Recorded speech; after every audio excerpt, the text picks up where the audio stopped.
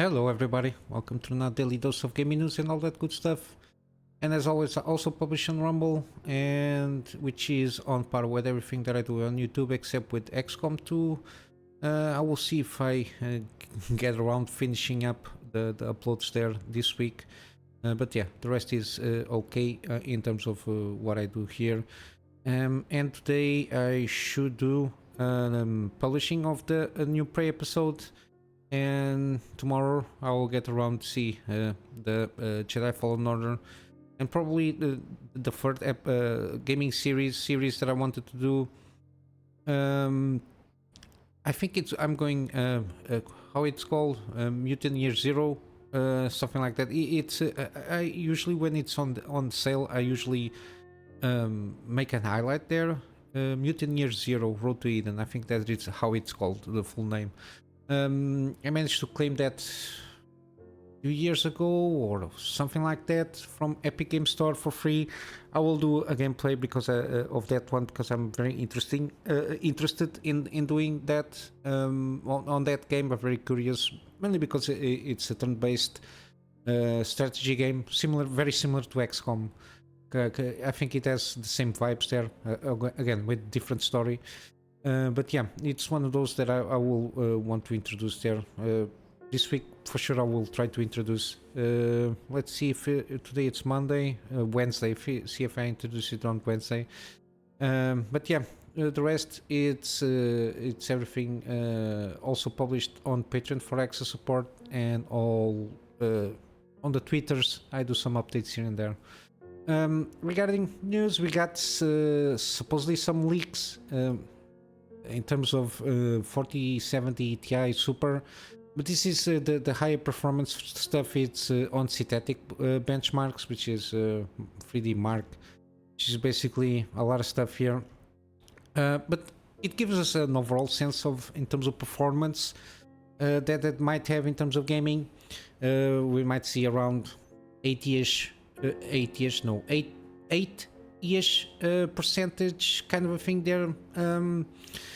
Maybe 10%, I don't know, but it's slots again between the 4080 and the 4070 Ti, non-super editions there. 4070 Ti and 4080 will be discontinued, so 4070 Ti Super will replace the 4070 Ti at the price of around $800, which it's interesting. It has the upgrade of the 4 gigabytes of VRAM. And I think the memory bus is a little bit, in terms of speed, I think it's a little bit higher because of the fact that he has more 4 gigabytes of VRAM. Yeah, they didn't put here the thing here, the comparison table on the GPUs there. Yeah, we'll see how it goes. Again, I will wait. It's only 2 days until we have official reviews from this GPU. And then by the end of the month, I think 29 or 30 or something like that, we have the 4080 Super. And then we have the finalized stack of the NVIDIA for the moment being. And again, I advise you to wait at least like 15 days or a month if you can have the luxury to wait that long regarding buying new GPUs, because then the stack, so AMD is going to make some moves there for sure. Especially on the 7900 XTX, and the 7900 XT already dropped around 700-ish, so in terms of comparison with the 4070 Ti Super, it is 20% kind of a thing there cheaper. But again, we don't know in terms of gaming performance how it compares, and then again how it compares in terms of frame cost per frame there. Usually I follow up on Hardware Unbox regarding that comparison. They usually do the MSRP and then the current average of the price of the GPUs that are on the market there. Yeah, when it comes out, I will let you know my opinion regarding the stuff that I've been keeping tabs on. But yeah, and continue with the GeForce, we got 4080Ms and 4090Ms available in China as desktop GPUs. Again, how is it announced? This is kind of not deceiving to a certain degree, but it is deceiving because NVIDIA decided to brand the laptop models very very deceivingly, let's say that way, because they are very limited, not only in terms of CUDA cores, but also in terms of memory capacity, and in terms of also, of course, in terms of wattage on power delivery there. The 4090M is like a 16 gigabytes, so it's basically a 4080. It's basically a cut down 4080 for desktop, basically, which is by itself, yeah, it is what it is. But similarly, there are some companies. Again, this, from what I understand, is not sanctioned by Nvidia. But again, because it's selling chips from Nvidia, they don't basically give a crap. And because there is like some shortages, I assume mainly because of the embargo stuff that they want to do, or whatever it's called in terms of technical thing there with chips in China, especially from companies from the United States, not allowing like high-end chips, so anything goes there, I suppose. And the fact that I think it's really difficult to keep track with these kind of things, given the quantity of people that really want some of this. So basically, this is like an opportunity thing there, that people are demanding this similarly high chip in terms of gaming performance. Again, this is not high performance. It pales in comparison with the desktop versions. But then again, they take advantage of the fact that the naming scheme was developed this way for the laptop stuff. They just slap it on a PCB, slap it, per se. And even if you see the cooling solution there, it's pretty much like dual fan, not huge heat sink. So because they don't dissipate that much heat, around 175, maximum 200 watts or something like that. The main issue with this kind of GPUs, it's the drivers. Official drivers are basically don't exist, especially because this is the way it's set up and integrated on the system there, because the desktop GPU, usually laptop GPUs are usually sorted in the boards, and because it is manufactured by the laptop companies, it's already have like a software solution integrated in that. And having so Nvidia doesn't have like in terms of the driver stuff, it has to be done with the modified drivers, which by itself doesn't give you any kind of guarantees. And the fact also that the price there on China is quite expensive for what it is, at least from what I'm getting.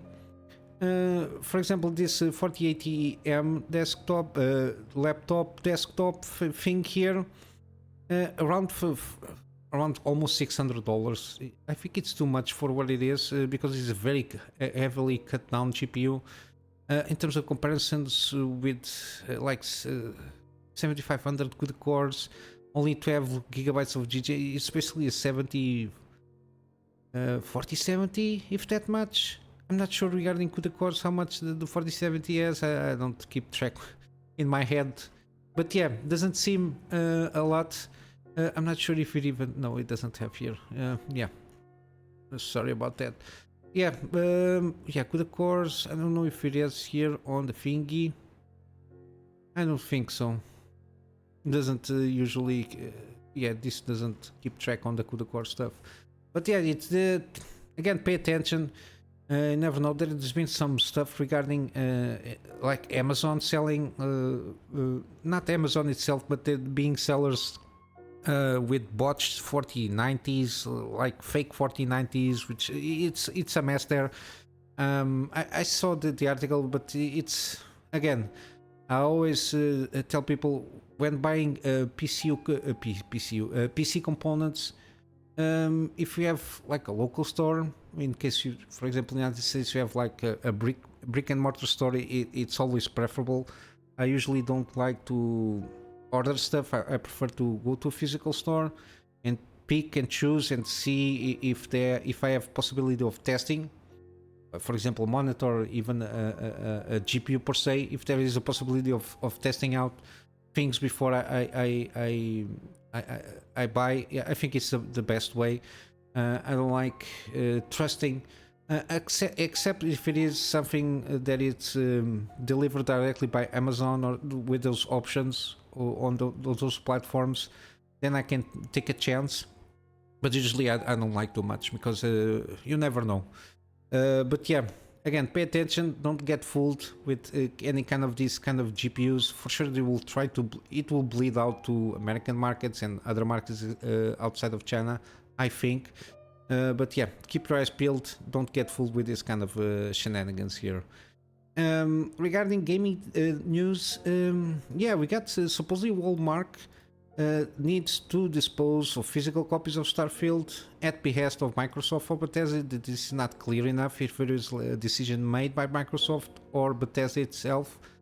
But yeah, Starfield will report to be the initial to be removed from sales at retailers. So this is an internal memo from Walmart, but I think this is going to be applicable to any physical stores and physical copies of the game itself.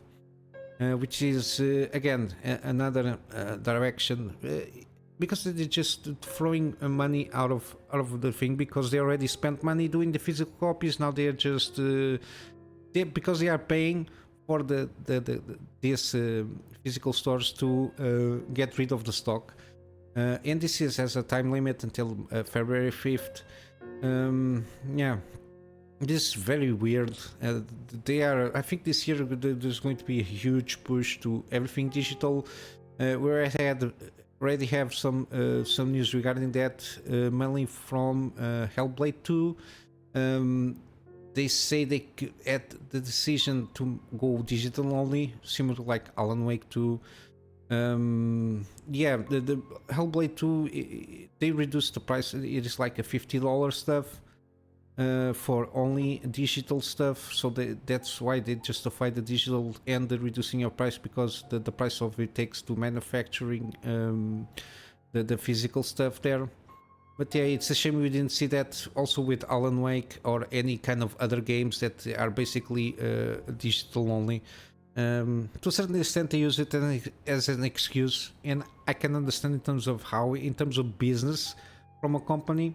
If you can avoid spending money on something that can be delivered digitally, the fact that you have only the worries of delivering digitally doesn't cost you basically extra to a certain degree.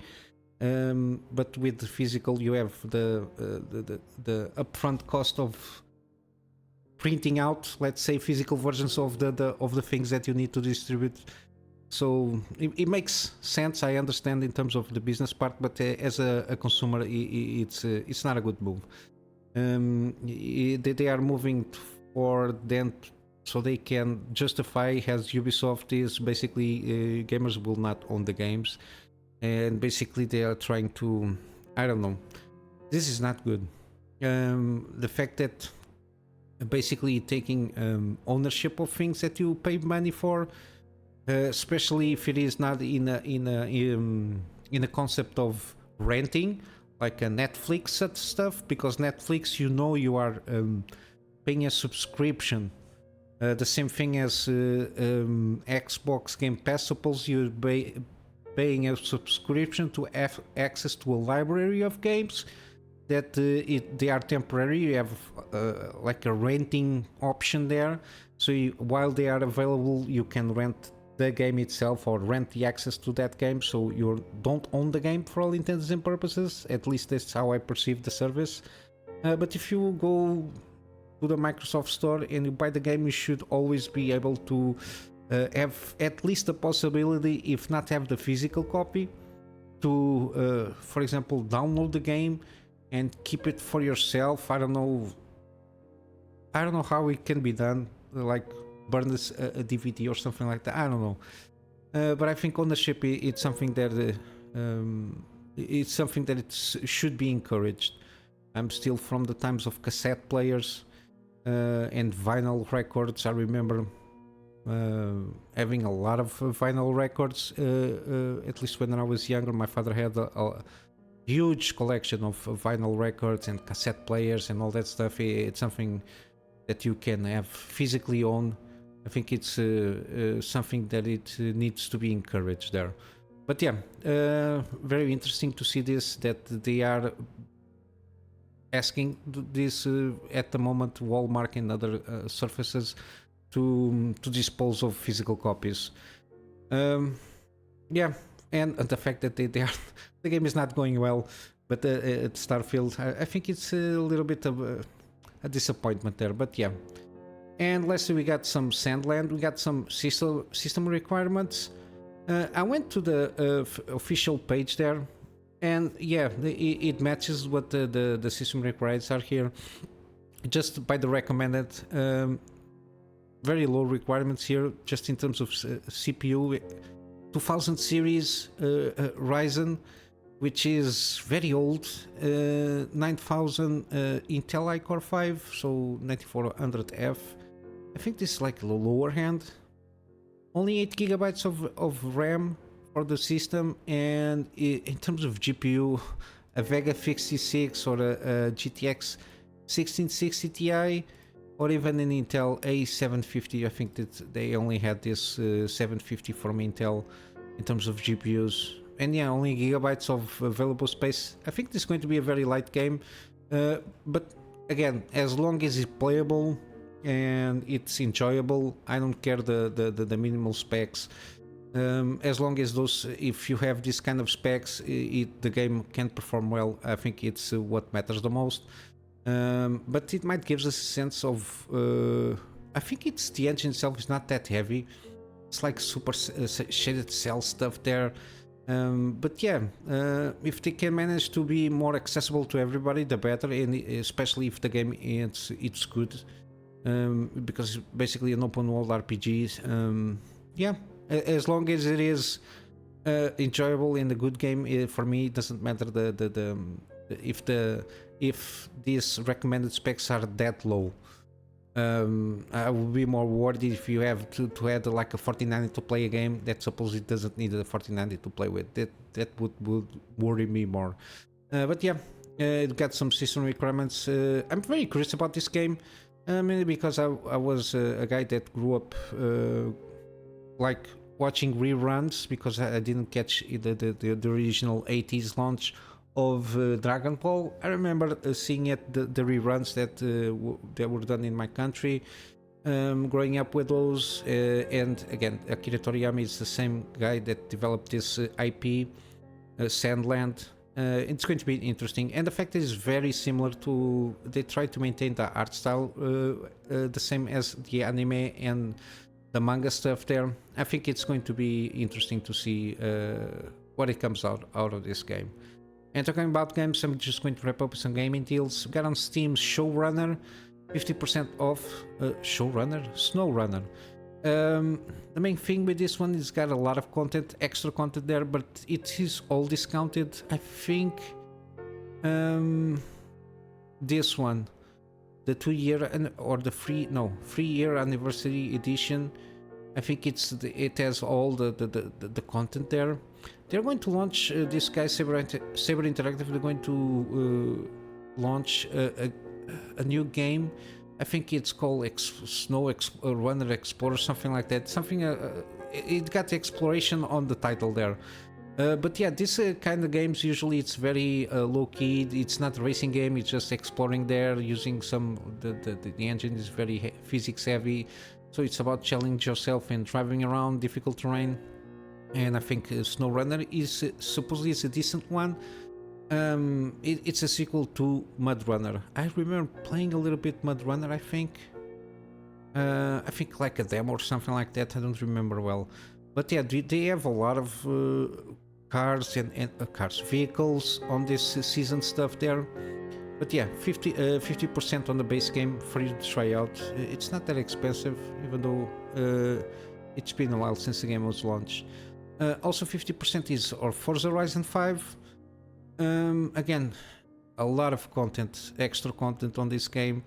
I think premium add-ons, I'm not sure. I think the premium edition has everything, if not mistaken. So 55% off on that one. Again, seemingly it's a little bit better than Forza Motorsport. At least it has better reviews. I think people will enjoy more this game than the Motorsport one.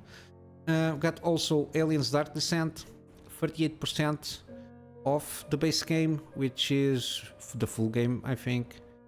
The bundle, I don't know what it contains there. But yeah, very interesting. This is not turn-based. This is real-time strategy kind of a thing there. Yeah, it's a little bit more stressful, but it keeps on par with the lore and the tense way. Because I think if it was turn-based strategy, it will not be that tense. But yeah, it seems pretty good. Very interesting in trying out this game one of these days. We got also the Outer Worlds. There is the Spacer's Choice Edition upgrade. I don't know how it fares now. I try to keep up with this edition because it's basically just a visual upgrade on the game itself. Doesn't add anything new in terms of content, from what I understand. But yeah, you got the expansion pack also. I think it's not that bad. I think it's the non-mandatory corporate sponsor bundle. It has the content stuff, but the Spacer Choice Edition, if you already have all the DLC, the Spacer Choice Edition is just a visual upgrade. If you only have the base game, you can choose between these two, from what I understand. The price difference is not that much in terms of upgrading. But yeah, I think the performance is still not excellent on the Spacer's Choice Edition, but it's improved from what it was at launch. Mainly because it was not Obsidian itself that did the upgrade of the Spacer's Choice Edition. I think it was left for another company. I don't know why. I think that's why it didn't work out pretty well, from what I understood. But yeah, it is what it is. And you got 20% on jusant or jusant. I don't know if it's kind of Frenchy kind of a thing there. Very positive reviews. Unreal Engine 5 game, very interestingly. Very interested also with the way they went to choose the art style there. I kind of enjoy these kind of things. Reminds me a little bit of Eco. And lastly, we got The Invincible, a very narrative-driven, first-person narrative-driven game based on the book. I'm going to butcher this. I don't know if it is a Czech author or a Polish author that is based on the book from this guy, from that person. But yeah, and we got it's been hotfix here and there. Yeah, I think it's one of those that I want to try out one day also. Yeah, and today for today, this is it. Always quiet days on Monday, and I will wrap up with a plug on my Patreon for extra support. That extra support will be, of course, for me to be able to have to buy storage, for me to have backups of stuff that I do for my clients, and also some extra space for the videos that I do for the channel, basically. And yeah, at this moment in time, that's my main worries there. And with all that said, guys, I hope you have a wonderful day, and I will see you in the next one. So until then, Kunamy Master out.